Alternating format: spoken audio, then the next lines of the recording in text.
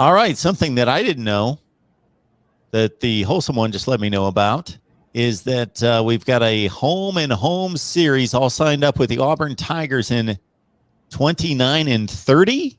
Yep. Yeah. I mean, who knows the caliber of teams that either one of us could be by the time this comes around, man. But like I was saying to you before, it's like I've been calling for this matchup for a while. Even to know which programs the money gets filtered in for that part of the decade, we don't know. I mean, for the last decade plus, the SEC has benefited from millions and millions, and at this point, billions of dollars being filtered into their conference, into ESPN contracts and things of that nature. So, who knows if the ACC will be close to that by that time on the latter half of this decade? But it is a very good squad. It's one of those teams where you're going to have to beat Auburn. You don't just hop on the field and it's like, all right, well, my receiver's faster than that corner. We're going to just pick on that dude and destroy him.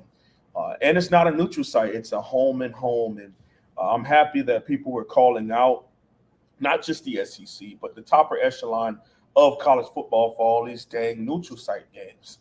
Do the home and home. But I understand that a lot of teams, from the financial aspect, when you do home and home, they split it. So that's why they wanted to do that for the most part. But with that, the home and home aspect, and having a team like Miami go up to Auburn, or us go to Gainesville, or us go at Notre Dame, or things of those natures, at Texas A&M, which is happening.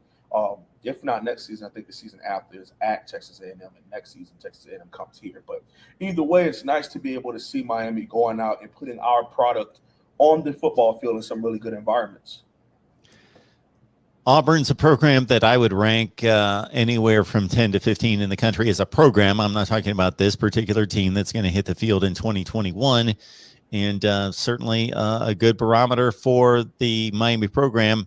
Again, considering that we're sitting here in 2021, even before we've played this football season in 21, and we're talking about 8 and 9 football seasons away. So just think back to 2011 or 2012 and some teams that were really good then, or some teams that weren't so good that are better now.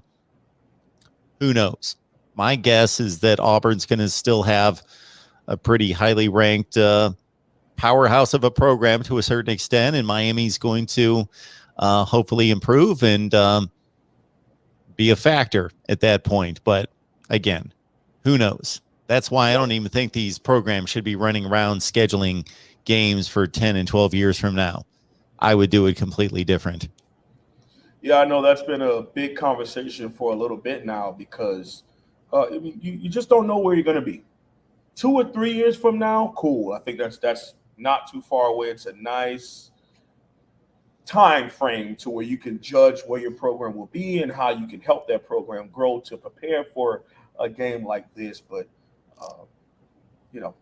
8, 9 years from now, either way, I'm happy. It's one of those things where it's not like I called it, kiss my feet, but it's just like, hey, we're happy to see this type of thing go up, and to be able to get teams like Clemson and teams like Notre Dame and teams like Auburn and Texas A&M to be coming to Hard Rock Stadium over next in Florida. Like, just be able to get them to be on contract to come to our home stadium also. That's big. That's big for Miami. Absolutely, it is. One more shot for me on the scheduling thing would be that I would completely take it out of the hands of the schools. It would be scheduled by the powers that be, the governing body of college football, much like the NFL or any other organized sport. There would be a governing body that would schedule the games. I think it's just dumb that programs run around and schedule their own games. Yeah, I just think when it comes to stuff like that, Mark, I think if you're able to go out, find a body, we don't need to know these people. We don't need to know where these people come from. We just have to be able to have a nice, I would say 3. I think if you go past like 13, 15, 18 people, that's just too many opinions. But I mean, maybe you got one former head coach, one former AD, and one former player, whatever. But they sit down and they discuss it and basically just go based off of, I think The NFL does it too, but basketball does it well also, where it's like based on how you played last year. So the third best team will play the third best team from the Big Ten or whatever, and you do it that way. It's and I wouldn't even mind another conference realignment, because I think there's some teams like West Virginia and things of that nature who I wouldn't mind in the ACC, who I think it would help them geographically and conference-wise to join a different conference.